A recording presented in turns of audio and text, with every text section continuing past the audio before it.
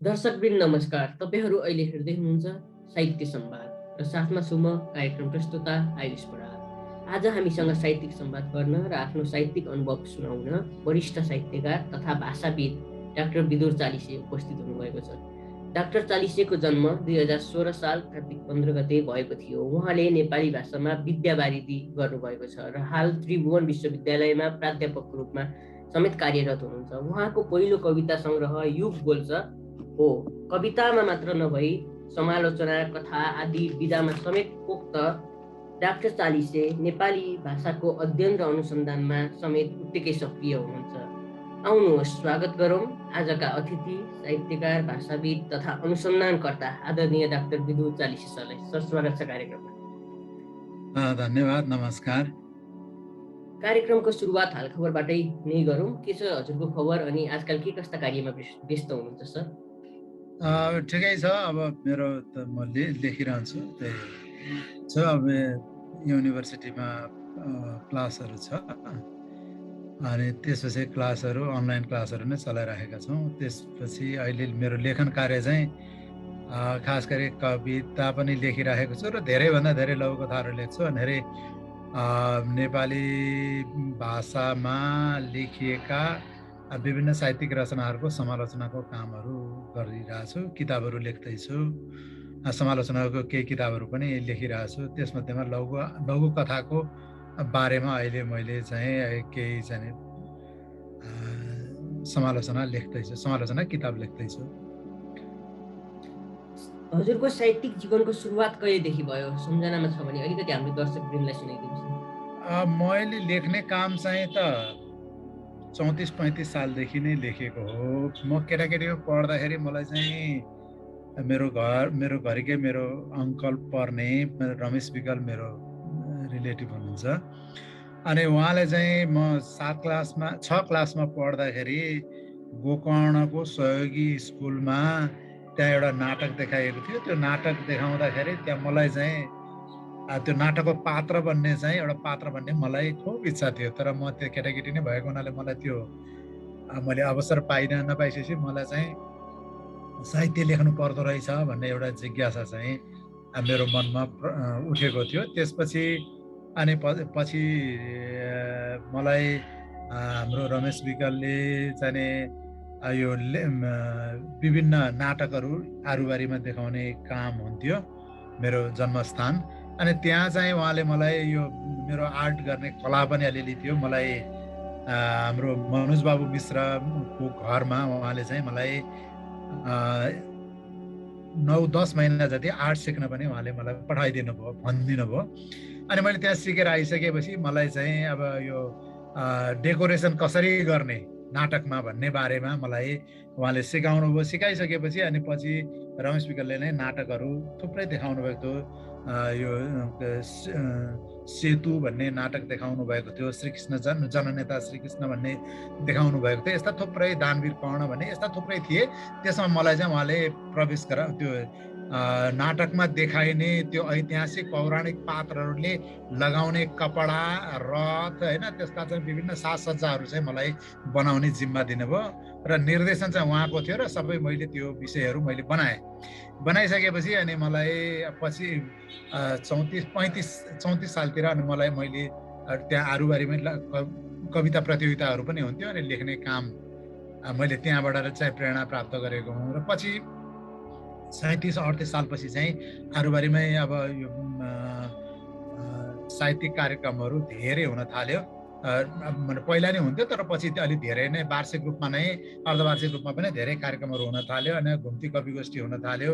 त्यसपछि 35 सालतिर यो उत्साह पत्रिकाले पनि अलिकति मलाई प्रेरणा दियो। त्यस्तै गरी बौद्ध लाइब्रेरी भयो अनि यसै गरी नै मलाई यो साहित्यिक लेखनमा अलिअलि प्रेरणा दिन थाल्यो र मैले बिस्तारै लेख्दै गएँ। र मेरो 35 सालमा आमा भन्ने यो स्वदेश पत्रिकामा, त्रैमासिक पत्रिकामा आमा भन्ने मेरो पहिलो कविता छापियो। र त्यसपछि गएर मैले पहिलो सम्पादन गरेको पत्रिका चाहिँ यो मुक्का भन्ने हाम्रो 8 जना साथीहरूले निकालेको संयुक्त सम्पादनमा निकालेको म सहित 8 जना साथीहरू हुनुहुन्थ्यो। त्यसमा केही साथीहरूको नाम चाहिँ मलाई सम्झना छ र त्यो मुक्का भन्ने हामीले 38 सालमा त्यो पत्रिका पनि निकाल्यौँ र त्यसपछि निरन्तर रूपमा बन्धु सङ्गम लगायत थुप्रै पत्रिकाहरू मैले चाहिँ अब सिङ्गल पनि र कोही चाहिँ संयुक्त रूपमा पनि मैले सम्पादन गरेँ र मैले अहिलेसम्म करिब 18-20 वटा भनौँ न मेरो जीवनमा 18-20 वटा जति मैले पत्रिकाहरू पनि सम्पादन गरेको छु र लेखनको क्षेत्रमा चाहिँ मैले अब त्यही 2015 सालमा के अरे 35 सालमा मेरो कविता प्रकाशित भइसकेपछि अनि मलाई चाहिँ अब लेख्नुपर्छ भन्ने लागिसकेपछि थुप्रै कविताहरू लेखेँ र अनि मैले लघुकथाको क्षेत्रमा पनि मैले अब कथाको क्षेत्रमा पनि लेख्नुपर्छ भनेर मैले बिस्तारै लेखेँ र मैले 2040 सालमा जनकपुर चोरोड कारखानाबाट निस्किने सायद मलाई शान्ति दूत भन्ने त्यहाँ पत्रिका निस्किन्थ्यो र त्यो पत्रिकामा मेरो पहिलो लघुकथा यो गीत त मान्छेले गाउनुपर्छ भन्ने कथा मैले 2040 सालमा शान्ति दूतमा प्रकाशित भयो र त्यसपछि गएर अब त्यतिकै थियो नि कथा लेख्दै जाँदाखेरि नि एक दिन चाहिँ मैले त्यति बेलासम्म मैले जागिर खाइसकेको थिएँ र मैले धेरै मिरमिरीमा 2045 सालको यो फागुन सहितको अङ्कमा त्रैमासिक थियो कि द्वैमासिक थियो त्यो बेला फागुन सहितको अङ्कमा मेरो रवि भन्ने लघुकथा पनि त्यति बेला प्रकाशित भयो पहिलो हैन प्रकाशित भयो र त्यसपछि गएर मैले लघुकथाहरू लेखेँ र अनि मैले 47 सालमा मेरो यो कविताको सङ्ग्रह युग बोल्छ भन्ने मैले मेरो कविता सङ्ग्रह पनि मेरो प्रकाशित भयो त्यसपछि मैले 2051 सालमा पाठ्य सामग्री पसल हाम्रो प्राध्यापक राजेन्द्र सुवेदीको त्यो पसल हो त्यो पुस्तक पसल हो उहाँले राजेन्द्र सरले मेरो त्यो किताब उहाँले प्रकाशित गरिदिनु भयो त्यो लघु छोटो काव्यको रूपमा यो गद्य काव्यको रूपमा रहेको छ र त्यो चाहिँ 2051 सालमा प्रकाशित हो त्यसपछि अनि म युनिभर्सिटीमा मैले प्रवेश गरिसकेपछि मेरा अब युनिभर्सिटी केही अध्यापनका काम र अनि खास गरी म विद्यावारिधीमा अलिकति अलि बढी व्यस्त भएपछि मेरो लेखनको काम चाहिँ सृजनात्मक भन्दा अनुसन्धानात्मक र अब यस्तै आर्टिकलहरू लेख्ने क्षेत्रमा मेरो प्रवेश भइसकेपछि अब अनुसन्धानको काममा तुरुन्तै लेखेर मेरो प्रकाशित गर्ने मेटेरियलहरू पनि थिएन अनि कविताका र केही कथाहरू पनि थिए कविताहरू चाहिँ अहिले थुप्रै थिए अनि मैले त्यसलाई चाहिँ अब यसलाई अलिक बिस्तारै गर्नु पर्ला भन्ने हिसाबले अनि 2070 सालमा मेरा दुईटा यो भाषा सम्बन्धी किताब मेरो ऐतिहासिक नेपाली भाषामा मेरो विद्यावारिधि हो र मैले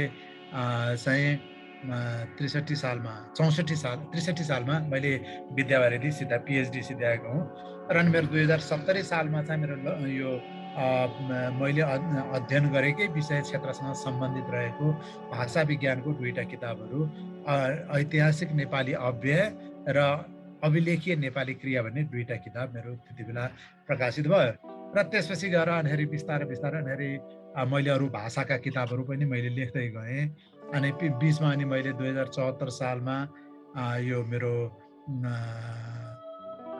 डायस्पोरामा अलिकति नजिक रहेको कविता सङ्ग्रह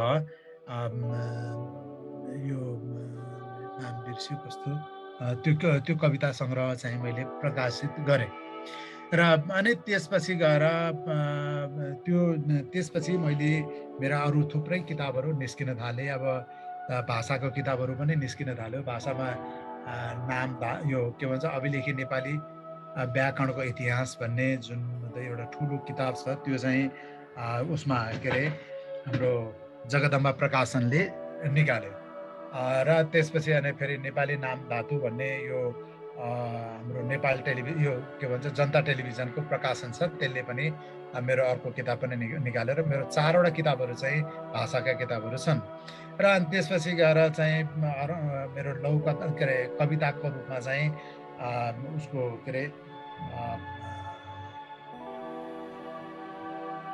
च्याङमाईको डबली युग के अरे च्याङमाईको डबली युग बोल्छ त्यसपछि गएर सिसिफसको श्रापित मांसपिण्ड हैन अनि त्यसपछि गएर चाहिँ स्मृतिका पहाड अनि कोशीका उडान लगायतका 6वटा किताबहरू छन् र लघुकथाको मेरो चाहिँ 2टा लघुकथा सङ्ग्रहपछि मैले 74 सालमा मात्रै त्यो प्रकाशित भयो र त्यसमा चाहिँ रातो चामल र जलान भन्ने दुईटा लघुकथाहरू प्रकाशित भएर पछिल्लो चरणमा अहिले गएको वर्ष भन्न पोहोर भन्न यो मतलब गएको 6-7 महिना अगाडि चाहिँ नियात्रासँग सम्बन्धित नियात्रामा नौलो आयाम भन्ने मेरो समालोचना सङ्ग्रह प्रकाशित भएको छ र समग्रमा इतिवृत्त मेरो साहित्यिक यात्रा चाहिँ यही हो र अहिले पनि म निरन्तर रूपमा लेखिराखेको छु।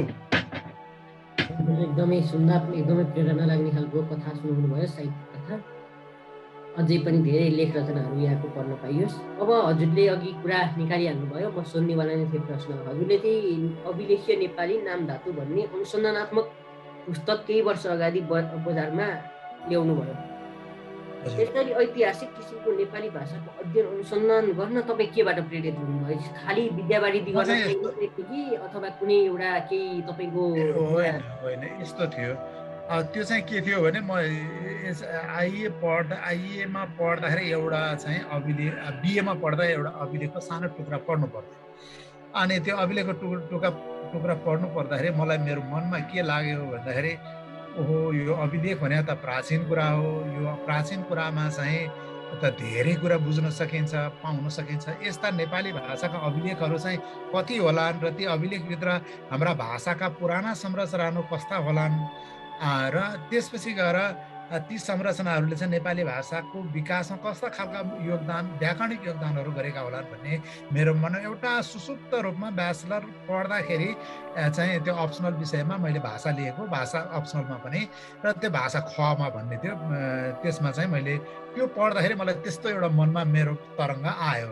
आइसकेपछि अनि मैले मास्टर पढ्दाखेरि मैले भाषा विज्ञान के अरे अप्सनलमा मैले त्यति बेला नै मैले भाषा नै लिएँ र त्यो भाषा लिँदाखेरि भाषामा 100 फुल मार्क थियो र भाषा लिँदाखेरि मैले भाषा विज्ञानको अब आधुनिकदेखि लिएर प्राचीन लगायत आधुनिक चाहिँ भाषा विज्ञानसम्मको वैयाकरणिक व्यवस्थाको बारेमा मैले अलिअलि पढेँ भने त्यति बेला। र त्यसपछि मलाई यहाँनिर एकजना हाम्रो अहिले उहाँ चाहिँ मेरो वरिष्ठ प्राध्यापक हुनुहुन्छ, एकजना उहाँ सायद मलाई 92-93 वर्ष हुनुभयो होला सायद, मैले उहाँलाई 1 वर्ष अगाडि मात्रै देखेको, त्यसपछि भेटेको छैन। प्राध्यापक माधव भण्डारी उहाँ चाहिँ युनिभर्सिटीमा अभिलेखको टेक्स्टहरू पढाउनुहुन्थ्यो, पाठहरू पढाउनुहुन्थ्यो। अनि उहाँले पढाउँदै जाँदा मैले अनि त्यहाँ पढ्दै जाँदाखेरि भाषा एकदम त्यो अभिलेखको भाषा चाहिँ एकदम क्लिष्ट थियो। अनि मैले त्यसमा चाहिँ यो क्लिष्ट भाषाहरू चाहिँ उहाँले पढाउने क्रममा व्याख्या गर्नुहुन्थ्यो। अनि मलाई लाग्यो ओहो यो क्लिष्ट भाषाहरूलाई चाहिँ नेपालीमा यस्तो चाहिँ संरचनाहरू, भाषिक संरचनाहरू, साहित्यिक योगदान दिन सक्ने भाषिक अभिलेखहरू रहेछन्, अनि व्याकरणिक योगदान दिन सक्ने अभिलेखहरू रहेछन् भनेर भनिसकेपछि मेरो मनमा अर्को एउटा प्रश्न उठ्यो। त्यो प्रश्न उठेको चाहिँ के हो भने अब युनिभर्सिटीमा पढ्दाखेरि चाहिँ अब धेरै अलिकति म अलि त्यो बारेमा अलि जिज्ञासु धेरै नै भइसकेको थिएँ। र त्यसमा चाहिँ के भन्दाखेरि नेपाली अहिलेको वर्तमान नेपाली व्याकरणको इतिहास चाहिँ लिखित रूपमा चाहिँ सबैभन्दा पहिला चाहिँ कहाँ थियो होला त भन्ने मलाई लाग्यो। र मैले पछि खोज्दै जाँदाखेरि जस्तो हेमराजले, सोमनाथ सिग्देलहरूले लेखेको जुन व्याकरणको व्यवस्था छ त्यो त उहाँहरूले कुनै ऐतिहासिक डकुमेन्ट हेरेर लेखेको त होइन।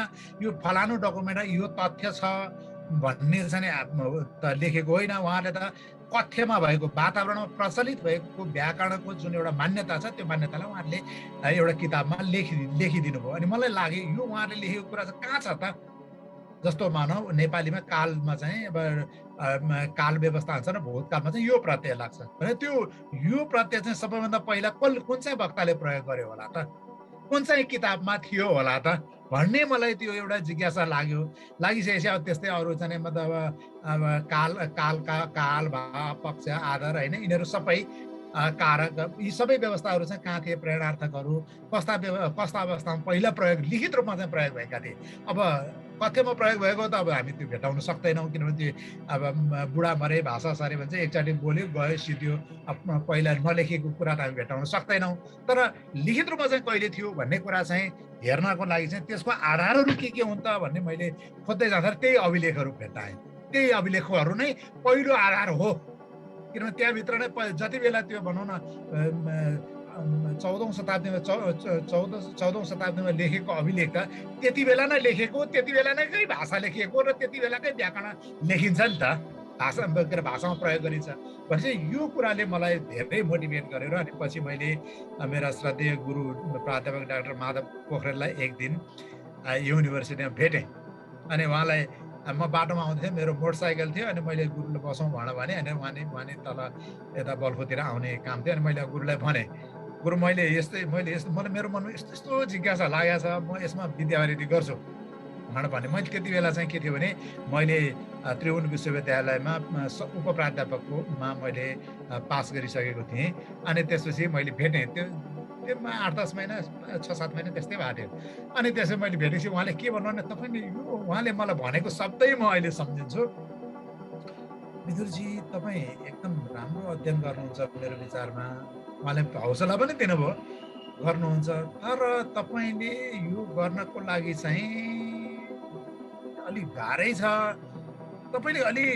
डटे यो चाहिँ लरतरो मान्छेले चाहिँ गर्न अलिक गाह्रै छ तपाईँले सोच्नुहोस् है भन्नुभयो त्यसपछि म अनि हतारिएर त्यहाँबाट मैले के गरेँ भने भोलिपल्ट मैले हाम्रो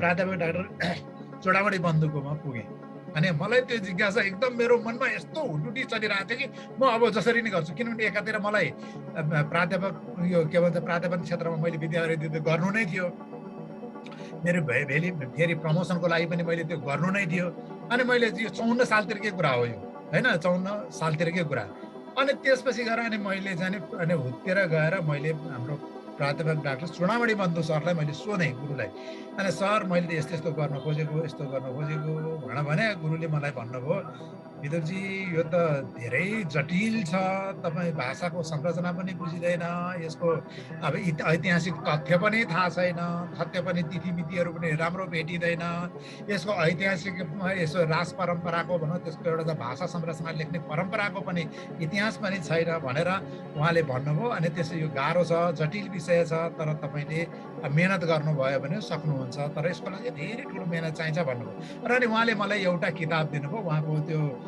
के अरे जुम्लाको चाहिँ के अरे खस भाषाको इतिहासको सम्बन्धी एउटा किताब दिनुभयो उहाँले रिसर्च गरेको यो भाषा आनुवंशिकता सम्बन्धी एउटा चाहिँ किताब अनुसन्धान गर्नुभएको त्यो किताब मलाई भाग 4 जस्तो लाग्छ त्यो चाहिँ उहाँले त्यो किताब मलाई दिनुभयो त्यसपछि म त्यो किताब लिएर पढेपछि मलाई त्यो जुम्लामा खस भाषाको इतिहासको बारेमा थियो त्यसमा त्यो पढेपछि मलाई त झन् अरू पहिला पनि मैले पढेको थिएँ तर त्यसमा पढेपछि मलाई अझै अब चाहिँ सकिन्छ कि भन्ने लाग्यो त्यसपछि अनि मैले माधव सरलाई गएर फेरि भने सर अब मेरो गुरु चाहिँ तपाईँ बस्दिनु पर्यो अनि के भने ल त्यसोभए पहिला म अब चुडामणी बन्धु सरलाई सोध्नुहोस् चुडामणी बन्धु सरले बस्न चाहनुभयो भने उहाँले मेरो गुरु हो उहाँले बस्न चाहनुभयो भने म तपाईँको चाहिँ अर्को को गाइड बस्दिन्छु होइन भने त उहाँले बस्न मान्नु भएन अथवा उहाँले समय दिनु भएन म गर्छु भन्नुभयो त्यसपछि गएर अनि मैले फेरि चुडामणी बन्धु सरलाई सोधेँ अनि उहाँले के भन्नु भने म अलिक व्यस्त छु म माधव सरलाई म भनिदिन्छु म तपाईँको के अरे विशेषज्ञ म बस्छु सरलाई गराउनु उहाँ सर चाहिँ अब युनिभर्सिटीमा अलिक अहिले इङ्ग्लिस पनि हुनुहुन्छ म रिटायर पनि छु भनेर भन्नुभयो भएपछि अनि फेरि माधव सरलाई गरेर भने ल हुन्छ भनेर नै माधव सरले मलाई एउटा कुरा भन्नुभयो तपाईँले यो कुरा चाहिँ ठेगान लगाउन सक्नुभयो भने तपाईँलाई धेरै चाहिँ मतलब राम्रो हुन्छ यो भाषा विज्ञान यो ऐतिहासिक भाषा विज्ञानमा गर्ने साथीहरू यो अभिलेखमा गर्ने अब जटिल विषय छ यो तपाईँले यो व्याकरणको पक्षमा गर्नुहोस् भन्नुभयो अनि उहाँले सजेसन दिनुभयो उहाँले आइडियाहरू पनि दिनुभयो मलाई एकदम गर्नुभयो त्यसपछि गएर अनि मैले त्यतिकै भयो मैले 59मा 58 मैले चाहिँ पिएचडीको लागि सुरु गरेँ 59मा होइन 57मा म 59 सालमा एक्सिडेन्टमा परेँ मेरो एक्सिडेन्ट भएपछि अब मलाई त के अरे पिएचडी गर्ने त होइन मेरो ज्यान पनि अब मेरो खतरामा थियो तर मैले टाइममा नै मैले मेरो एक्सिडेन्टमा परे पनि मेरो खुट्टा भाँचियो हात भाँचियो मलाई मोटरसाइकललाई माइक्रोबसले हिर्काएर अब म बाँचेँ अनि त्यसपछि मैले पिएचडी अनि 64 सालमा मैले सिद्ध्याएँ र मलाई प्रेरणा दिने चाहिँ माधव भण्डारी सर हो मतलब अध्ययनको दृष्टिकोणले मैले उहाँले गर भनेर होइन कि उहाँले पढाएको अध्ययनको दृष्टिकोणले अध्यापनको दृष्टिकोणले मैले त्यहाँबाट प्रेरणा गरेँ प्राप्त गरेँ अनि बीचमा स्वतः स्फूर्त मेरो मनमा उठेका जिज्ञासाका कतिपय भाषा सम्बन्धी यसका आधारहरू के होलान् भन्ने मेरा जिज्ञासाहरू थिए त्यसपछि गएर मलाई अत्यन्त के अरे सरल सहज र अत्यन्त प्रभावकारी ढङ्गले मलाई मोटिभेट गर्ने भनौँ मेरो गुरु प्राध्यापक डाक्टर माधव पोखरेल हुनुभयो, त्यसपछि चूडामणि सर र अनि पछिल्लो चरणमा चाहिँ पिएचडी अध्ययन गर्ने क्रममा चाहिँ मैले सम्पर्क गरेका धेरै अब प्राध्यापकहरू हुनुहुन्छ। मैले नियमित रूपमा उहाँहरूसँग प्राध्यापनको के अरे अध्ययनको क्रममा यो ऐतिहासिक डकुमेन्ट नै मेरो पहिलो यो अध्ययनको चाहिँ प्राथमिक आधार भएको हुनाले मैले चाहिँ जस्तो राजाराम सुवेदी, अब हाम्रो सूर्यमणि अधिकारी, उहाँ त त्यति बेला हुनुहुन्थ्यो, बित्नुभयो। त्यस्तै गरी चाहिँ हाम्रो महेश राज पन्त, दिनेश राज पन्त होइन, अनिखेरि त्रिरत्न मानन्दर लगायत थुप्रै चाहिँ होइन अरू थुप्रै सरहरूसँग पनि मैले सम्पर्क सम्बन्ध उहाँहरूसँग स्थापित गरेर उहाँहरूले मलाई धेरै यो ऐतिहासिक डकुमेन्टको चाहिँ क्लियरिफिकेसनको बारेमा, पहिलो कुरा त के थियो भने ऐतिहासिक डकुमेन्ट नै त्यो समयको हो कि होइन भन्ने क्लियरिफिकेसन गराउनु पर्ने एउटा, त्यसलाई स्थापित गर्नुपर्ने एउटा मान्यता थियो, के अरे अवस्था थियो। त्यो ऐतिहासिक डकुमेन्टहरू जुन अभिलेखहरू थिए त्यसमाथि पनि नेपाली अभिलेखहरू हो कि होइन, यसमा नेपालीकरण भएका छन् कि छैनन् भन्ने कुरा तथ्यापन गर्नुपर्ने थियो। ती 2-3वटा कुराको तथ्यापन पछि मात्रै अनि मेरो विद्यावारिधीको मैले खोजेको विषयको अध्ययन गर्नुपर्ने विषय थियो। मैले व्याकरण तत्त्वहरू खोज्नुपर्ने थियो। मैले यसरी चाहिँ एउटा लामो प्रयासपछि मैले त्यसलाई काम गरेर यसलाई चाहिँ मैले विशेषतः राष्ट्रिय अभिलेखालय, त्यस्तै गरी वीर पुस्तकालय अनि राष्ट्रिय पुस्तकालय, त्रिभुवन विश्वविद्यालयको लाइब्रेरी, नेपालका विभिन्न लाइब्रेरीहरू कुनै कतिपय ठाउँमा त्यसपछि नाम छुटाउनै नहुने मैले छुटाएँ भने मलाई अलिकति लाग्छ। जस्तै पूर्णप्रकाश नेपाल यात्री, उहाँले मलाई धेरै डकुमेन्टहरू उहाँले उपलब्ध गराउनु भएको छ होइन।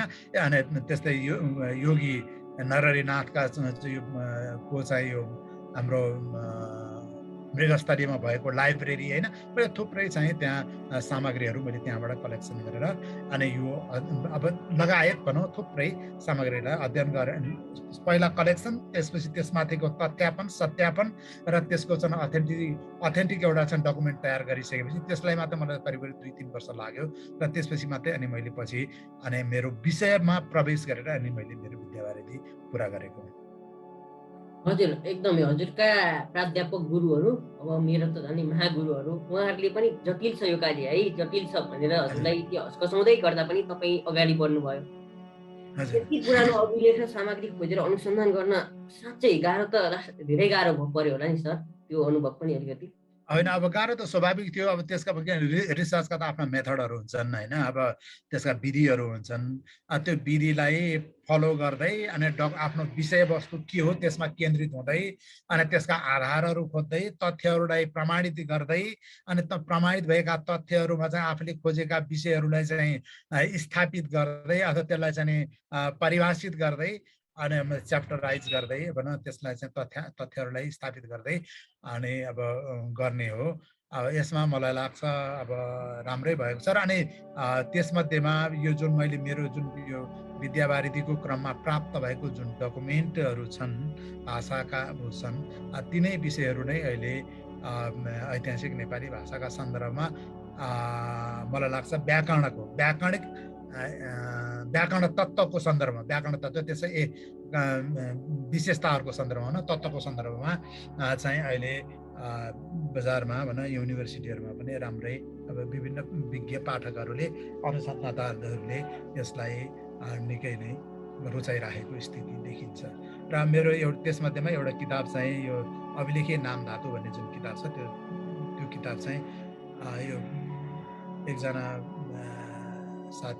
साथी नै भनौँ, भरत शर्मा भन्ने, उहाँले मेरो त्यो किताबलाई चाहिँ चाइनाको 2-3 युनिभर्सिटीमा चाहिँ उहाँले त्यहाँ कोर्सको रूपमा ब्याचलरको कोर्सको रूपमा राख्नलाई चाहिँ उहाँले त्यहाँ सहयोग गर्नुभएको छ। त्यहाँ चाइनाको 2-3 युनिभर्सिटीमा उहाँ ब्याचलरको कोर्समा चाहिँ त्यहाँ पढाउँछ भन्ने मैले सुनेको छु। उहाँले वेबसाइटमा राख्नुभएको छ अरे, मैले उहाँहरूकै उसमा लाइब्रेरीमा र कोर्समा पनि, तर अब मैले त्यो चाहिँ हेर्न पाएको चाहिँ छैन। धेरै खुसीको कुरा हो एउटा नेपाली साहित्यकार अथवा अनुसन्धानकर्ताको किताब विदेशी भूमिमा पनि पढाइनु, त्यो पनि पाठ्यक्रमकै रूपमा एकदमै राम्रो कुरा हो।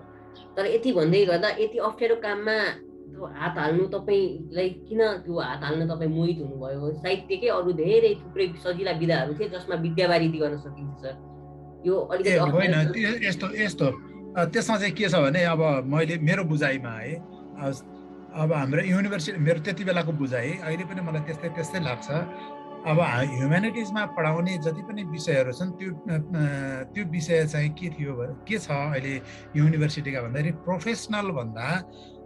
प्रोफेसनल करिकुलम भन्दा त्यो चाहिँ अलिकति थ्योरिटिकल अलि अप्रायोगिक टाइपको चाहिँ करिकुलम छ मास्टर डिग्रीमा पनि। त्यसका उद्देश्यहरू पनि त्यस्तै छन् र त्यसले गर्दाखेरि अनि त्यसमा चाहिँ के भने अब मास्टर डिग्री गरिसकेपछि मान्छेले स्वाभाविक रूपमा ब्याचलर मास्टर गरेपछि रोजगारीको अवसरको के अरे खोजी पनि हुन्छ। जस्तो इन्जिनियरिङ प्रोफेसनल विषयमा तपाईँले गर्नुभयो भने तपाईँले तुरुन्तै जब पाउँछ। तर मास्टर डिग्री गरिसकेपछि तपाईँ चाहिँ सबै मास्टर डिग्री गर्नेले पाउँदैन, होइन, सक्दैन, भ्याउँदैन, किन त्यसको जब अपर्च्युनिटी पनि छैन है। अब अनि त्यसमा स्पेसलाइजेसन गरे पनि त्यसको चाहिँ हाम्रो यहाँ अलिकति जब मार्केट चाहिँ अलिकति त्यति मतलब उन्नत स्तरको छैन। अनि स्वाभाविक रूपमा मलाई के लागेको थियो भने नेपाली विषय एक नेपाली विषयसँग जोडिएको साहित्य, हामी साहित्यमा इतिहास, साहित्यका इतिहास, साहित्यको सिद्धान्त, साहित्यको प्रयोग पढ्छौँ। साहित्यको इतिहास, साहित्यको सिद्धान्त र साहित्यको प्रयोग भनेको सृजनात्मक क्षेत्रमा नै बढी हुन्छ, होइन? त्यो सिर्जना गरेर कविता लेखेर कथा लेखेर त जीवन धानिँदैन। त्यसमा चाहिँ अब नेपाली विषयभित्र नै जीवन धान्ने विषय चाहिँ के हुनसक्छ त भन्दाखेरि अलिकति भाषाको क्षेत्रमा गयो, पढ्यो, लेख्यो भने चाहिँ लेख्न सकियो भने त्यसले चाहिँ प्रोफेसनलिजम, मेरो आफ्नै प्रोफेसनलिजमलाई पनि त्यसले सहयोग गर्छ। र अनिखेरि अब भाषा भनेको चाहिँ अब नेपाली सृजनात्मक क्षेत्रमा चाहिँ मात्रै लाग्यो भने चाहिँ त्यो चाहिँ अब नेपालभित्र मात्रै पनि अलिकति केन्द्रित हुने भयो, होइन? नेपाली पाठकभित्र मात्रै। अलि भाषाको क्षेत्रमा अलिकति मेरो अब चाहिँ मतलब भाषामा मैले अलिकति मेरो ज्ञान आर्जन जस्तो अङ्ग्रेजीमा मैले अलिकति मेरो अलिक ठिकै थियो छ, होइन? अनि मैले यसलाई पनि प्रयोग गर्न सकेँ। यो दुइटैलाई कम्बाइन बनाएर मैले अलिकति लान सकेँ भने मेरो चाहिँ के हुन्छ भन्दाखेरि अब नेपाली त मैले भाषा विज्ञानको दृष्टिकोणले मैले पढ्ने भाषाको सबै कुराहरूलाई मैले प्रोफेसनल हिसाबले मैले प्रयोग गर्न जति सक्छु मैले पाउँछु। त्यसमा अलिकति अङ्ग्रेजीको पनि केही कुराहरूलाई, अङ्ग्रेजीको पनि भाषालाई त्यसलाई समानुपातिक ढङ्गले मैले लान सकेँ भने अन्तर्राष्ट्रिय बजारमा पनि मेरो क्षमता चाहिँ अलिकति जान सक्छ। भाषाको अध्ययनको दृष्टिकोणले, अनुवादको हिसाबले जान सक्छ, होइन? अनि त्यसपछि गएर चाहिँ अनुसन्धानको हिसाबले नै जान सक्छ भनेर मैले त्यो लागेर यो प्रेरणा मलाई कहाँबाट थियो भने मैले 3 वर्ष रसियन भाषा नेपालमै रसियन भाषा पढेको। र मैले यो रसियन भाषा पढ्दाखेरि मलाई एउटा कुरा मलाई के ज्ञान भयो भने एउटा भाषाबाट अर्को भाषामा साहित्य होस् अथवा अनुसन्धान होस्, ज्ञानका क्षेत्रबाट बढाउन सकिन्छ भन्ने एउटा मान्यता चाहिँ मैले यो 2035-36 सालतिर नै मैले यो रसियन भाषा पढेको हुँ, मैले एसएलसी दिँदैखेरि नै।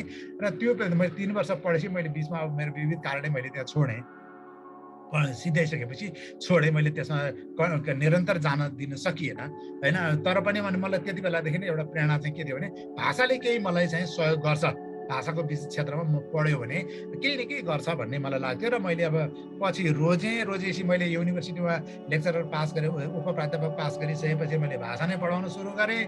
भाषामा नै मैले अनि आर्टिकलहरू लेख्न थालेँ, भाषामा नै अध्ययन गर्न थालेँ, भाषामा नै अनुसन्धानहरू पनि गर्न थालेँ, अनि रिसर्च पेपरहरू पनि त्यही अनुसारहरू लेख्न थालेँ, भाषामा नै गोष्ठी पत्रहरू पनि प्रस्तुत गर्न थालेँ, होइन? यसरी नै अनि मैले चाहिँ पियर रिभ्यू आर्टिकलहरू पनि त्यसैमा लेख्न थालेँ। अन्तर्राष्ट्रिय रूपमा भाषाको जर्नलहरूमा त्यही भाषाको सन्दर्भमा विभिन्न कोणबाट लेख्न थालेँ। र यसरी मलाई भाषाले एउटा स्थापित गर्यो। र पहिला चाहिँ मेरो चाहिँ जब अपर्च्युनिटी पाउन सकिन्छ नेपाली लिटरेचर पढेर भनेर लिटरेचर भन्दा यसमा बढी पाउन सकिन्छ भन्ने मेरो एउटा दृष्टिकोण थियो। त्यस आधारबाट अब उतापट्टि नै पाउँछ, तर पनि अब यतापट्टि चाहिँ मलाई अब सहज भयो, सहज लाग्यो। मैले त्यही अनुसार अनि भाषामा पनि विद्यावारिधि गरेर मैले अहिले किताबहरू पनि धेरै मेरो भाषाकै किताबहरू छन्। हजुर सर, हजुरले नेपाली भाषामा पुर्याउनु भएको योगदान त अतुलनीय नै छ। त्यसलाई हामीले सम्मान गर्दै अब हामी अलिकति फरक पाटोतिर जान चाहन्छौँ। हामीले सरस्वती हेर्दा तपाईँले कविताको क्षेत्रमा चाहिँ अलिकति बढी गद्य कविता लेख्नुहुन्छ। त्यस्तो कवितामा भाषाको महत्त्व र त्यो भाषामा व्याकरणको महत्त्व कति छ? तपाईँलाई एउटा भाषाविद र साहित्यकार ठिक छ। यसमा चाहिँ के छ भने अब गद्य कविता मेरो दृष्टिकोणमा गद्य कविता शैलीगत दृष्टिकोणले यो लयको दृष्टिकोणले यो चाहिँ स्वच्छन्द लय हो, यो चाहिँ स्वतन्त्र लय हो, यसलाई यसरी बुझौँ। यो स्वतन्त्र लय सो शैलीमा, लेखकको आफ्नो सो शैलीमा लेख्ने लय भएको हुनाले यसमा भाषाको बाँकी संरचनाहरू चाहिँ के हुन्छन्, ब्रेक हुन्छन्, भाँचिन्छन्। यसलाई वरिष्ठ आधुनिक भाषा वैज्ञानिक नोम चम्स्कीले यसलाई भन्नुभएको छ विशेष वाक्य भनेर भन्नुभएको छ कविताको भाषालाई, गद्य कविताको भाषालाई। र गद्य कवितामा के हुन्छ भन्दाखेरि लेखकका आफ्ना निजी शैलीहरू हुन्छन्, निजी उसका चाहिँ विशेषताहरू हुन्छन्, निजी उसका चाहिँ गाउन सक्ने अथवा भन्न सक्ने क्षमता हुन्छ।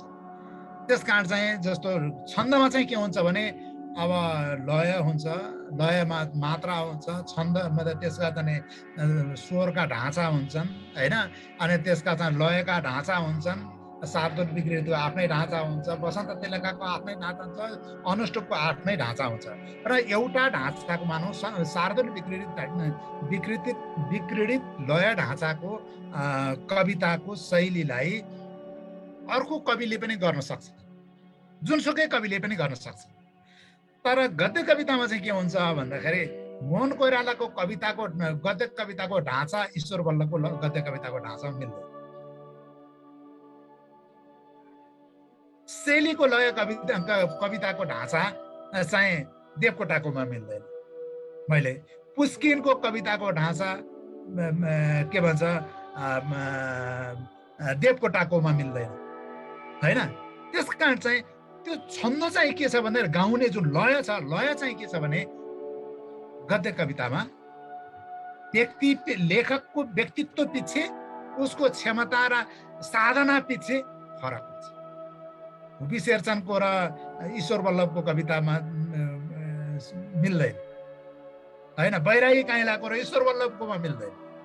भनेपछि मैले यो कुरा किन भनिराखेको छु भन्दाखेरि गद्य कविता चाहिँ मलाई लाग्छ अब सबै साथीहरू अरू धेरै हाम्रो विज्ञहरूले भन्नुहुन्छ छन्द कविता चाहिँ विशिष्ट हुन्छ भन्ने अब दृष्टिकोणहरू सुन्छु म, विशिष्ट अवश्य छ। तर मलाई के लाग्छ भने त्यो भन्दा पनि विशिष्ट चाहिँ के छ लयका दृष्टिकोणले भन्दाखेरि यो त व्यक्ति पछि भयो, यो लय हुन्छ।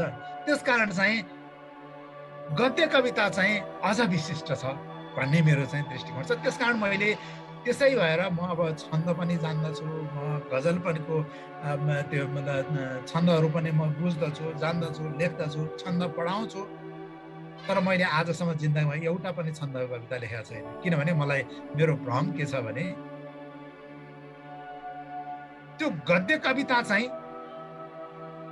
मा चाहिँ लेखकको निजीपन हुन्छ कि शैलीगत निजीपन। तर शार्दूल विकृत छन्दमा विषयवस्तु फरक होला हैन, अनि त्यो चाहिँ के भन्छ ध्वनि फरक होला, अलङ्कार फरक होला, तर त्यसको मात्रा गर्ने जुन संरचनाको पक्ष छ त्यो संरचनाको पक्ष, कविताको संरचनाको पक्ष त सबैको एउटै हुन्छ हैन। मात्रा गर्ने कति 21,000 कति 19,000 कति हुन्छ, 19,000 21,000 अथवा 12/12 14/14 अक्षरको 14 अक्षर हुन्छ जसले गर्ने पनि हैन। भनेपछि तर के अरे गद्य कवितामा चाहिँ के हुन्छ भने सबै पङ्क्तिमा त्यस्तो हुनुपर्छ भन्ने छैन। मानौ तपाईँले 30 जना गद्य कविताको कविहरू कविता राख्नुहोस्, अगाडि राख्नुहोस्, के अरे छन्द कविका चाहिँ 30 जना कविको कविताहरू राख्नुहोस् र छन्दको वसन्त तिलकामा राख्नुहोस्, शार्दूल विकृत राख्नुहोस्, अनि के अरे मालिनी छन्द राख्नु, कुन छन्द राख्नुपर्छ राख्नुहोस्। तिनीहरूको छन्दको सबैको हेर्नुहोस्, मालिनीको संरचना एकै खालको हुन्छ, वसन्त तिलका एउटै संरचना हुन्छ। तर गद्य कविता लेख्नेहरूको चाहिँ संरचना 30 जनाको 30वटा कविता राख्नुहोस्, फरक हुन्छ। भनेपछि त यो त गद्य कविता भनेको चाहिँ के रहेछ भने लय विधानभित्र पनि लेखकहरूको कविहरूको विशिष्ट पहिचान दिने, उसको साधनाको पहिचान दिने, क्षमताको पहिचान दिने एउटा विशिष्ट कला रहेछ नि त यो त। त्यसकारण मलाई गद्य कविता मलाई लेख्न मन लाग्छ। यसो भन्दै गर्दा गद्य कवितामा शिल्प र भाषामा चाहिँ कुन महत्त्वपूर्ण छ जस्तो लाग्छ हजुरलाई? यस्तो शिल्प चाहिँ निजी कुरा हो, भाषा चाहिँ उसको आर्जित कुरा हो होइन। भाषामा कतिपय कुराहरू बोलीचाली किनभने विशिष्टता भनेपछि विशिष्ट भाषामा लय अलङ्कारको पनि त्यहाँ प्रयोग हुन्छ नै, तर पनि त्यसभित्र चाहिँ के हुन्छ भने भाषा दुई प्रकारको हुन्छ। सामान्य सरल आम मान्छेले बोल्ने कुराकानीको एउटा पिच लेभलको भनौँ न न्यूनतम स्तरको भाषाको भाषिक प्रयोगको क्षमता चाहिँ सरल क्षमताभित्र सरल संरचनाभित्र हुन्छ। त्यो चाहिँ कर्ता कर्म क्रिया अथवा त्यसका विस्तारित स्वरूपहरूलाई प्रयोग गरेर गरिएको भाषिक संरचना चाहिँ सरल वाक्यका रूपमा रहन्छ। सरल संरचना भाषिक संरचनाका रूपमा रहन्छन्।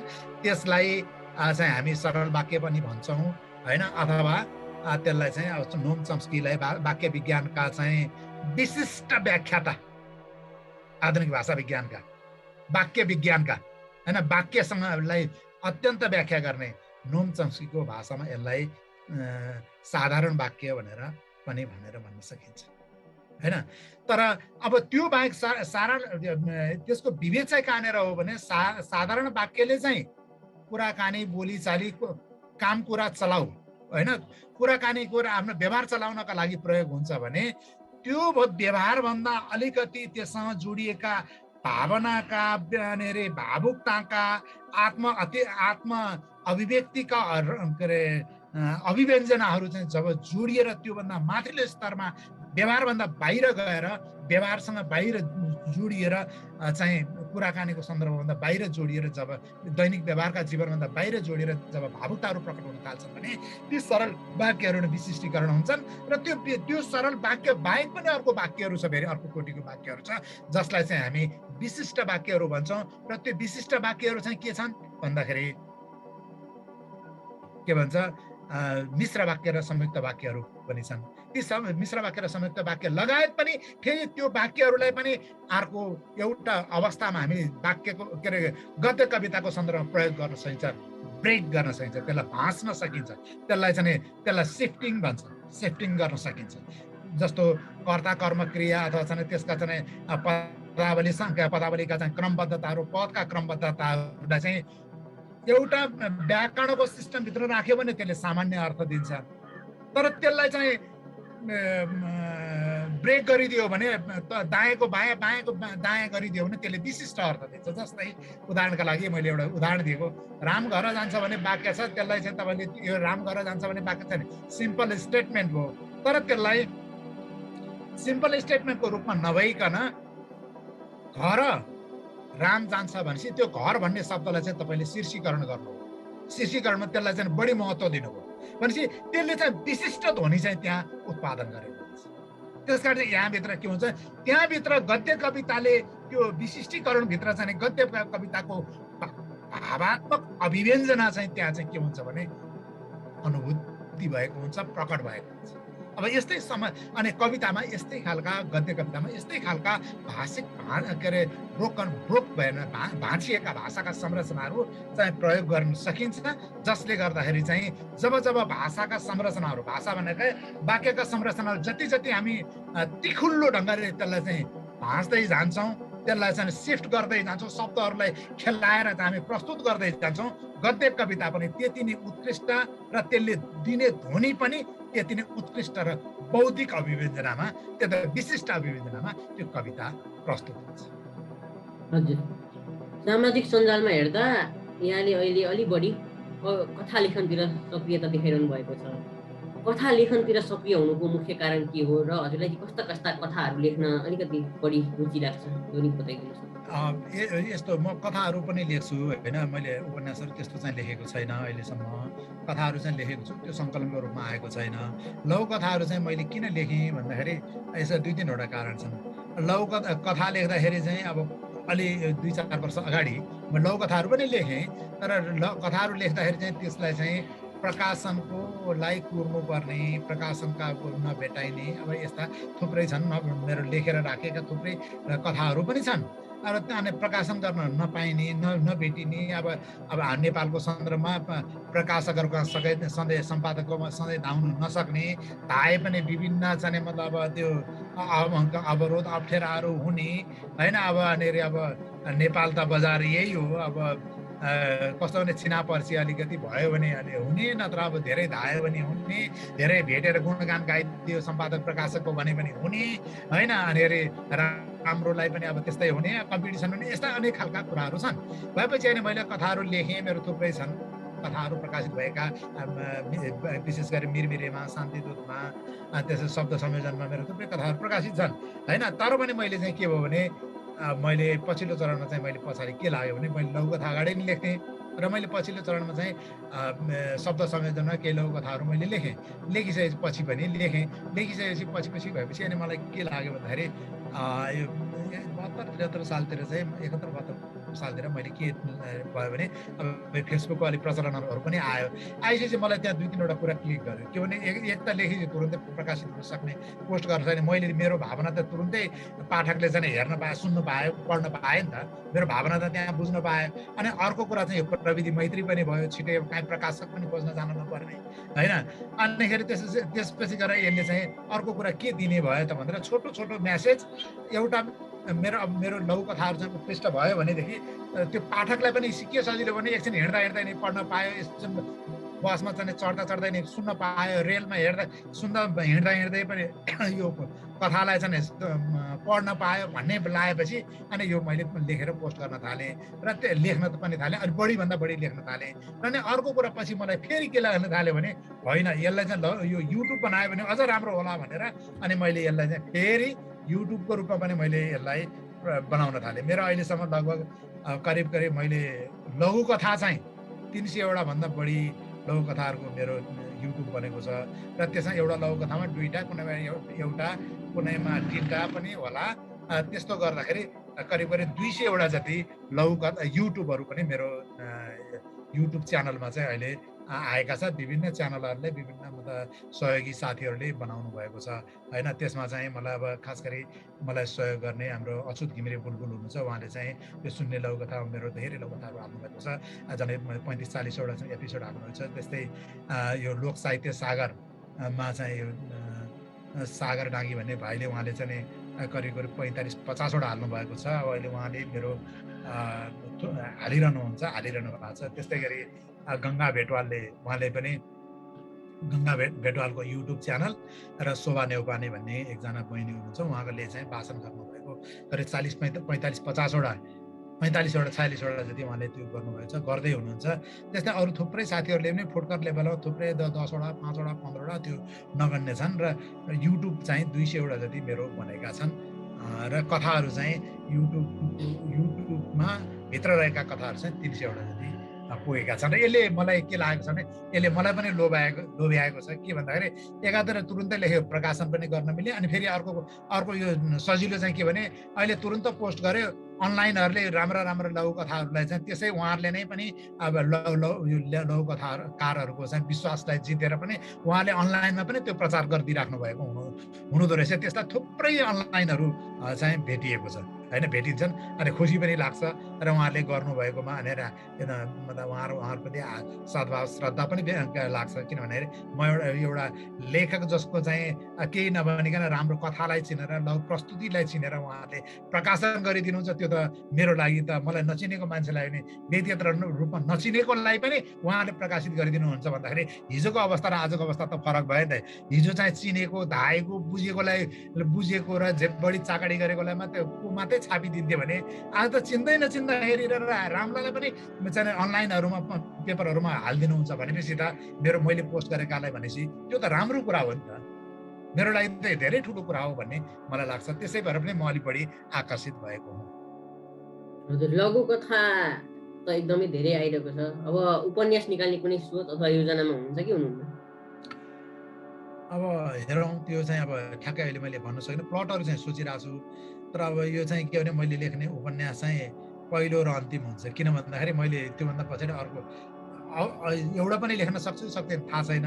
तर त्यो लेखेँ भने पनि त्योभन्दा अर्को पछाडि फेरि अर्को लेख्छु कि लेख्न सक्छु कि सक्दिनँ भन्ने मलाई थाहा छैन। किन भन्दाखेरि उपन्यास लेखनको लागि धेरै मेहनत पनि गर्नुपर्छ, त्यसको लामो समय पनि, सृजनात्मक मतलब समय पनि अब धेरै डेभोट गर्नुपर्छ। त्यसले गर्दा त्यसका प्लटिङ, त्यसका चाहिँ प्रस्तुति शैली, पात्र संयोजन होइन, अब त्यसका कतिपय सैद्धान्तिक अवधारणाहरू पनि छन्, प्राचीन अर्वाचीन अवधारणाहरू छन्, ती अवधारणाहरूको केन्द्र पनिलाई पनि मान्नु पर्यो, हेर्नु पर्यो होइन।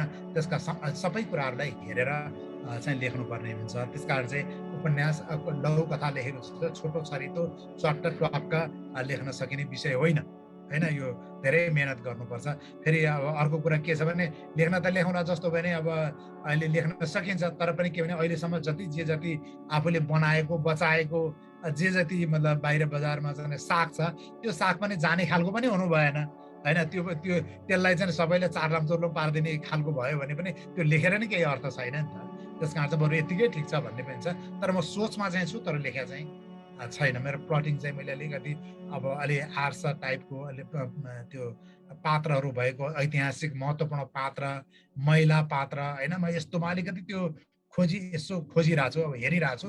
तर मैले उपयुक्त पात्र, आफूलाई रुचि भएको पात्र चाहिँ मैले भेट्टाइरहेको छैन। हजुर हजुर। अनि जस्तो भनिन्छ नि साहित्यमा दक्ष हुन 50% प्रकृतिको वरदान हुनुपर्छ र 50% मिहिनेत चाहिन्छ भनेर। तर यहाँ त धेरै साहित्य अनुरागीहरू जो चाहिँ मिहिनेत एकदम गर्नुहुन्छ तर पनि एकदमै हार खाएर अथवा चाहिँ साहित्य क्षेत्रमा जम्न नसकेर सुरुवातकै क्षणबाट नै उहाँहरू साहित्य क्षेत्रबाट ताडिनुहुन्छ। के मिहिनेत मात्रै सबै थोक हो त साहित्य लेखनमा चाहिँ अलिकति वरिष्ठता हासिल गर्न अथवा विज्ञता हासिल गर्न? होइन, अब साहित्य सिद्धान्तले चाहिँ मतलब के भन्छ भन्दाखेरि पहिलो कुरो प्रतिभा हो, त्यसपछि अभ्यास हो भन्छ होइन। प्रतिभा चाहिँ पहिलो कुरा हुनै पर्यो। प्रतिभा छैन भने अभ्यास मात्रै गरेर पनि हुँदैन। प्रतिभा नभइकन अभ्यास नै अगाडि बढ्दैन। किन तपाईँसँग केही कुरा भावनात्मक भावुकता तपाईँमा चाहिँ फुर्छ न, अनि अभ्यास अगाडि बढ्छ भनेपछि पहिला तपाईँसँग त प्रतिभा नै हुनु पर्यो। अब स्वाभाविक रूपमा एक लेभलमा मान्छेको मानसिकताभित्र नोम चम्स्कीले भने जस्तै आन्तरिक संरचनाभित्र भाषिक क्षमताको आधार त हुन्छ, तर त्यो भाषिक क्षमताको आधारलाई चाहिँ भावुकतामय ढङ्गले प्रस्तुत गर्ने क्षमता चाहिँ सबै व्यक्तिसँग हुँदैन। त्यो नहुन पनि सक्छ। तर उसले प्रतिभा छैन, अभ्यास गरे भने केही कुराहरू उसले अभ्यासले पनि प्रतिभालाई केही तिखार्न चाहिँ खोज्छ सक्छ, तर त्यो त्यति गुणात्मक हुँदैन, त्यति मूल्यवान हुँदैन। त्यो भावना प्रतिभा भनेको चाहिँ त्यो प्रतिभाले स्फुरण गर्ने भावना भावुकता भनेको चाहिँ के हो भन्दाखेरि त्यो आत्माको एउटा कम्पनबाट नै, हृदयको कम्पनबाट नै त्यो चाहिँ स्वतः स्फूर्त आउँछ। अभ्यासमा सबै अभ्यासमा हृदयको कम्पनबाट साहित्यको स्फुरण हुन सक्दैन, त्यो एउटा प्रयोग मात्रै हो। तर के हो भने प्रतिभा, जोसँग प्रतिभा छ, प्रतिभालाई उसले अभ्यासलाई निरन्तर रूपमा लग्यो भने त्यहाँ स्वाभाविक रूपमा त्यो के हुन्छ भन्दाखेरि एउटा प्रखरता, एउटा निखरता, एउटा चाहिँ के भने प्रतिभाको चाहिँ एउटा स्थान भनौँ न, त्यो चाहिँ त्यहाँ पाउन पाइन्छ पनि। र त्यसले त्यसकारण चाहिँ प्रतिभाको साथमा चाहिँ अभ्यासलाई निरन्तरता दियो भने निश्चय नै पनि त्यो चाहिँ विशिष्ट साहित्यकारको रूपमा, सर्जकको रूपमा त्यो दर्ज हुन्छ। के भन्छ लक्ष्मीप्रसाद देवकोटा, लक्ष्मीप्रसाद देवकोटा जस्तै प्रतिभा भएका अभ्यास नगरेका मान्छेहरू पनि होलान्। के अरे लक्ष्मीप्रसाद देवकोटा जत्तिकै प्रतिभा नभएका तर अभ्यास गरेका मान्छे पनि होलान् नि। तर लक्ष्मीप्रसाद देवकोटा जस्तै प्रतिभा पनि अभ्यास पनि गरेका मान्छेहरू चाहिँ के अरे संसारमै कम होलान्, नेपालमा त कति होलान्। त्यस कारण चाहिँ त्यही भएर उहाँ महाकवि हुनुभयो होइन। त्यस कारण चाहिँ अभ्यास र या प्रतिभा त्यसपछि अभ्यास, यो दुइटैलाई चाहिँ साहित्यको सिर्जनाका लागि चाहिँ महत्त्वपूर्ण कुरा हो। यो दुइटाको संयुक्त उत्पादन चाहिँ सर्जकको सिर्जना। मलाई चाहिँ यस्तो लाग्छ, जस्तो एउटै कोइनमा दुईटा पाटा हुन्छन्, एउटातिर मेटिदिनु भने के हुन्छ, त्यो खोटे सिक्का हुन्छ। प्रतिभा छ, अभ्यास छैन, त्यो पनि खोटे सिक्काको सर्जकको रूपमा हुन्छ। अनि अभ्यास छ, प्रतिभा छैन, त्यो पनि खोटे सिक्काको सर्जकको रूपमा हुन्छ। त्यसमा यो दुईटैको संयोजन चाहिँ मात्रै विशिष्ट सर्जक हुन्छ भन्ने लाग्छ। अब त्यसमा कम बेसी, अब अभ्यास कम प्रतिभा धेरै, अभ्यास कम, यो यसको सन्तुलन नमिल्दाखेरि चाहिँ के हुन्छ भने त्यही अनुसारको बजारमा सर्जकहरू चाहिँ उत्पादन हुन्छ। हजुर हजुर, कार्यक्रमको सुरुवाती क्षणमा हजुरले भन्नुभयो साहित्य क्षेत्रबाट त्यति जीविका आर्जन हुँदैन। हजुरले भन्नुभयो हजुर पनि साहित्य क्षेत्रभन्दा बाहेक प्राध्यापन क्षेत्रमा पनि हुनुहुन्छ। के साहित्य क्षेत्रबाट साँच्चीकै जीविकोपार्जन गर्न धौधौनै परेको हो त? साहित्यकारले अरू क्षेत्र रोज्नै पर्ने हो त अब? होइन, नेपाल हेरौँ न, अब यसमा के भने विश्व साहित्यमा, विश्व बजारमा बजार साहित्य पढ्ने मान्छेहरूको बजार धेरै छ। 1000 जस्तो इन्डियामै भनौँ अथवा बङ्गलादेशमै भनौँ अथवा थाइल्यान्डमा अथवा चाहिँ मतलब एसियन कन्ट्रीहरूमै, चाइनामा भनौँ, अब त्यहाँ हजारौँ जनसङ्ख्या छन्। त्यहाँ हामीले त्यहाँ चाहिँ के छ भने एउटा किताब निस्कियो भने 10,000 कपी 20,000 कपी निस्किन्छ। त्यहाँ एउटा 1 रुपियाँ मात्रै फाइदा भयो भने 20,000 फाइदा हुन्छ नि त। अब हाम्रो यहाँ निकाल्छौँ कति भने रहरले निकाल्छ, एक त यहाँ त प्रकाशकले त निकाल्दैन। यहाँ त अहिले त त्यस्तो छ होइन, पैसा खर्च गरेर निकाल्यो भने राम्रो पनि प्रकाशकले नगरे पनि गरे पनि प्रकाशकले खाइदिन्छन् होइन। प्रकाशकले त नेपालका प्रकाशक भनेको त इमान्दारी फटाइको कुरा गर्न खोज्यो भने नेपालका प्रकाशक जति फटा कोही पनि छैन, किनभने दिँदैन होइन। केही अलिकति रेपुटेडहरूले 2-4 जनले यसो अलिअलि मुखुजो लाउनलाई यसो गरे मात्रै त्यो सक्दैन, गर्दैन। किन भन्दाखेरि उनीहरूलाई पनि बाध्यता छ, फेरि उनीहरूको पनि बजार छैन, थोरै सीमित मान्छेहरू छन्, तिनीहरूका बिचमा पठाउनु पर्ने छ। त्यस कारण त्यो चाहिँ बाध्यताको हिसाबले पनि उनीहरूलाई पनि त्यो पनि बाध्यता छ। त्यहाँ मात्रै सबभन्दा किसिने चाहिँ लेखक हुन्छ त्यहाँ होइन। अब विदेशमा चाहिँ के हुन्छ भने एक त पढ्ने वातावरण पनि उनीहरूकोमा धेरै राम्रो छ, हाम्रो त्यो छैन। हाम्रो अहिले पनि यसो हेर्छौँ 500 कपी निकाल्यो भने तपाईँको त्यो बिग्नको लागि 15 वर्ष लाग्छ, अनि आधी त बाँडेरै सिध्याउनुपर्छ र बेचेर कति तपाईँले 500 निकाल्नु भयो भने 50वटा पनि तपाईँले बेच्न सक्नुहुन्छ। किनभने किन्यो भने कसैलाई रिक्वेस्ट गर्यो भने पहिले के भन्छ भने यो म पछि किनबाट अहिले म किन्दिनँ है भनिदिन्छ। त्यो हामीसित कल्चरै छैन, मैमा छैन अरूलाई किन भन्ने, अरूलाई किन गाली गर्ने होइन। त्यस कारण यो खालको गाली होइन, यो हाम्रो वातावरण बताएको मैले। तर हाम्रो यहाँ चाहिँ के छ भने लेखकले लेखेर जीविका पार्जन गर्न सक्ने क्षमता हाम्रोमा बजारका कारणले, किनभने लेखकको त सिर्जना हो, त्यो उत्पादन हो, उत्पादन बजारमा गएर नबेचिकन उत्पादन हुँदैन, पैसा हुँदैन, त्यसपछि गएर त्यसले रोजगारी दिन सक्दैन। अब फ्रिलान्सर भएर लेख्दाखेरि पनि पाउन सकिन्छ कि त भन्ने पनि होला। अब जब मार्केटमा जब क्रिएट भएका ठाउँमा हामीले त्यसलाई चाहिँ बेच्न सक्यौँ, अलिअलि अब हामी पाउन सक्छौँ, मास्टर हुन सक्छौँ, प्राध्यापक हुन सक्छौँ, केही अब अलिअलि क्षमता प्राप्त गरेर केही अब अडिटर हुन सक्छौँ, के अरे एडिटर हुन सक्छौँ होइन। अब यी छन्, तर त्योदेखि बाहेक अरू हाम्रो चाहिँ ट्रान्सलेटर हाम्रोमा हुनै सक्दैन, किनभने त्यहाँ ल्याङ्ग्वेजको कुरा भयो होइन। 2टा ल्याङ्ग्वेज चाहिने भयो, त्यहाँ नेपालीलाई र अङ्ग्रेजी 2टै हुनु पर्यो, त्यहाँ हामीलाई समस्या छ। भनेपछि अब बजार यिनै हुन्, यही सिप अन्तर्गत हुन्, तर यही सिप अन्तर्गत केहीले पाउन सक्लान्। अब जो प्रोफेसनल हिसाबले मास्टर प्राध्यापक हुन्छन् उनीहरू साहित्यिक क्षेत्रमा अलिकति साहित्यिक सृजनात्मक क्षेत्रमा धेरै कम र अलिकति प्राविधिक टाइपको अध्ययन अनुसन्धानात्मक काममा अलिकति बढी इङ्गेज हुन्छन्। अनि सृजनात्मक क्षेत्रमा लागेका मान्छेहरूले त बजार छैन, लेखे पनि घरमा पोको पारेर चाहिँ राख्ने बाहेक त अरू उपाय छैन, नभएपछि त अनि कसरी बाँच्ने त ठाउँै छैन। त्यस कारण सबैभन्दा कल्चर के हो भने पठन संस्कृतिको कल्चर चाहिँ नेपालमा विकास गर्नु अत्यन्त जरुरी छ। किताब किन्न हरेक लेखक, हरेक पाठक, हरेक चाहिँ व्यक्तिले किताब नै मेरो चाहिँ सम्पत्ति हो भन्ने चाहिँ जान्नु पर्यो। किताबबाट नै ज्ञान आर्जन गर्ने हो नि त। त्यही भएर हामी किताब पढ्दैनौँ, हाम्रो ज्ञान पनि त्यस्तै छ। त्यस कारण लेखक नेपालमा अब प्रोफेसनल हिसाबले बाँच्न चाहिँ अलिकति गाह्रो छ, र त्यो छैन। अब कसैको न कसैको काहीँ न काहीँ टाँसिएको सहयोग नभइकन बाँच्ने आधार चाहिँ छैन, मलाई त्यस्तो लाग्छ। एकदमै तिता तर मिठा कुरा गरिदिनु भयो, यथार्थ कुरा गरिदिनु भयो है। अब चाहिँ हामी कार्यक्रमको एकदमै अन्तिम पलमा आइपुगेका छौँ। हजुरको एउटा रचना सुनेर छुट्टिन पाए हामीलाई पनि आनन्द हुन्छ। कथाको मैले के लघु कथा नै सुनाऊ? हुन्छ छ भने सुनाइदिनुहोस्। म एउटा लघु कथा एकैछिन है, लघु कथा म एउटा सुनाउँछु।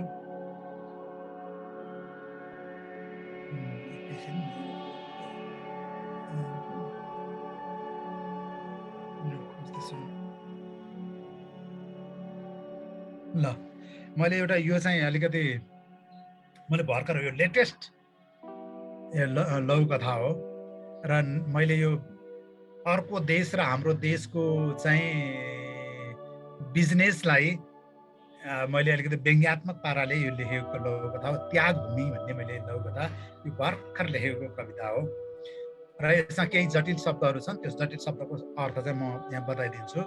यो स्वादिका भनेको चाहिँ स्वादिका भनेको स्वागतम भनेको हाफान भनेको 5000 भनेको यो थाई भाषा हो र मैले यो लघुकथा म भन्छु। लघुकथाको शीर्षक छ त्याग भूमि। स्वादिका। मेरो अनुहारमा मुस्कान थियो, शरीरमा उमङ्गको राप पनि उम्लिरहेको थियो। एकाएक मेरो झुन्डिएको पाखुरामा कसैले होटलको लबीमा च्याप्प समात्यो। अलमल्ल परे, कुरा बुझिन। सुरिलो एवं मुलायम उक्त शब्दले मेरो कान तात्यो। दोभाषीले मलाई सङ्केत गर्यो, welcome why welcome, she is business. पछि पो थाहा पाएँ उनी व्यापारी रहेछन्। मलाई लबीको छेउबाट हात समातेर लिफ्टमा राखिन्। 10औं तला कोठा माथि पुर्याइन्। पकेटको 5वटा 1000 को नोट औलामा देखाएर भनिन्, हाफान। 5000 मा उनलाई मैले किन्नु पर्ने शर्त थियो। उनले विभिन्न हावभावले मलाई शर्त बुझाउन खोजिन्। उनको अभिव्यक्तिसँग मेरो अन्दाज मिल्न थाल्यो। मैले त्यो रात त्यसै बिर्सेँ जब मैले मेरो गुरु सेवा निवृत्त प्राध्यापकलाई बिहान होटेलको लबी छेउ भेटेँ। मलाई उसको स्वर्ण सुन्दरीको रातको कथा सुनायो, विकासको आयो। मैले मेरो सेवा निवृत्त अर्थशास्त्रका प्राध्यापकलाई विकासको आय बारे सोधेँ। उनीसँग धिक्कार्ने कुनै उपाय थिएन। लज्जावश उनले देशको अन्तरहरूको कथा भने। मेरो मुखमा पनि निकै गम्भीर प्रश्न आयो। सोधेँ, युद्धमा शरीरबाट बगेको रगत र योनिबाट बगेको रगत मध्ये साँच्चै नै देशको मायामा कहाँनिर फरक हुँदो रहेछ? सेवा निवृत्त प्राध्यापकले आउँदै गरेको स्वर्ण सुन्दरीतिर पुलुक्क हेरे। उनी पनि खिसिक्क हाँसिन्। मलाई प्राध्यापकले भने, हाम्रोतिर यस्ताको मूल्य छैन। प्राध्यापक कक्षामा निकै गफ छाँटिरहेका थिए। कुरा सुन्ने म बाहेक अरू कोही थिएनन्। मलाई पनि झर्को लागेर भने, पख्नुहोस्, यताको विकास मोडल पिएर जाउँ अनि उतातिर चाकडी बजाउँ। त्यसपछि मलाई पनि अझै चोट पुग्यो। एकाएक चिल्लाएँ। सबैले मेरो अनुहारमा हेरे। लाजले भुत्तुक्क हुँदै एकाएक शब्द निकालेँ, पवित्र त्यागभूमि। हामी हिँडिरहेथ्यौँ, गफ गरिरहेथ्यौँ, खाइरहेथ्यौँ, डुलिरहेथ्यौँ, अरूलाई पनि पढिरहेथ्यौँ र पनि खुट्टा तान्न छोडेका थिएन। धन्यवाद। साह्रै नै मिठो रचना। यो रचनाको बारेमा थोरै हाम्रो दर्शकवृन्दहरूलाई के भन्नु चाहनुहुन्छ? यो चाहिँ के भने, देशको माया मान्छेको शरीरबाट जहाँ तहीँबाट रगत बग्छ। देशको माया शरीरबाट रगत बगाएर मात्रै हुँदैन, योनिबाट रगत बगाएर पछि पनि हुन सक्छ यदि देशको माया गर्नेहरूले गरे भने। किनभने वेश्यावृत्तिले मा जसरी त्यहाँ चाहिँ योनिबाट रगत बग्छ, यहाँ नेपालमा ज्यानबाट रगत बगिरहेको छ। ज्यानबाट रगत बगाउनेहरू पनि एक प्रकारका वेश्यावृत्तिका प्राध्यापकहरू हुन्। उनीहरूले देशको विकास सोचेका छैनन्, मात्रै के सोचेका छन् भने देशलाई एउटा वेश्यावृत्तिको थलोको रूपमा, मान्छेको रगतलाई वेश्याको रूपमा प्रयोग गरिरहेका छन्। त्यसकारण देश विकास गर्न चाहन्छौ, तिमीहरूसँग माया छ, तिमीहरूसँग देशको माया छ भने रगत, ज्यानको रगत बगाउनु पर्दैन, गोली खानु पर्दैन। योनिबाट बगेको रगतबाट पनि आय सङ्कलन गरेर देशलाई उच्च स्तरमा विकास गर्न सकिन्छ। नपत्याए थाइल्यान्डलाई हेर। यही हो। हजुर, अब अन्तिममा हामीलाई हेरेर बसिरहनुभएका दर्शकवृन्दलाई के भन्न चाहनुहुन्छ? सकारात्मक सोच राखौँ। देशप्रति, जीवनप्रति, मान्छेको चाहिँ विकासप्रति, मान्छेको भावनाप्रति हरेकलाई सकारात्मक सोच राखौँ। सकारात्मक ढङ्गले सोचौँ र स्वार्थ त्यागौँ। स्वार्थलाई चाहिँ नामेट पारौँ। स्वार्थलाई उपदेश नदिउँ। स्वार्थलाई आफ्नो उपदेशको रूपमा नमानौँ। कोही अब यो संसारमा विष्णुको अवतारको रूपमा छैन, यो शिवको अवतारको रूपमा छैन। सबै मान्छे शिव, विष्णु, भगवान कृष्ण, बुद्ध सबै भइसकेका छन्। सबै मार्क्स एङ्गेल सबै भइसकेका छन्, माओ भइसकेका छन्। तर अब अर्थी उपदेश होइन, आफूले गरेर देखाऊ, आफूले, अरूलाई अर्थी उपदेश होइन। म यही भन्न चाहन्छु। अब आफूले गर अनि देश बन्छ।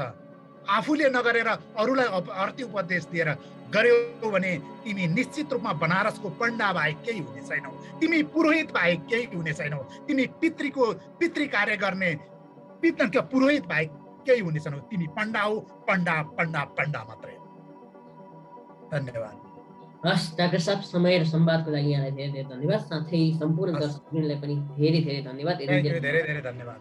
यतिन्जेल हाम्रो भलाकुसारी सुनेर बसिदिनु भयो। अर्को हप्ता पुनः अर्को अतिथिसँग यो कार्यक्रममा उपस्थित हुने बाचा गर्दै म लगायत सम्पूर्ण टिम यो कार्यक्रमबाट बिदा हुन चाहन्छु। हस्त नमस्कार।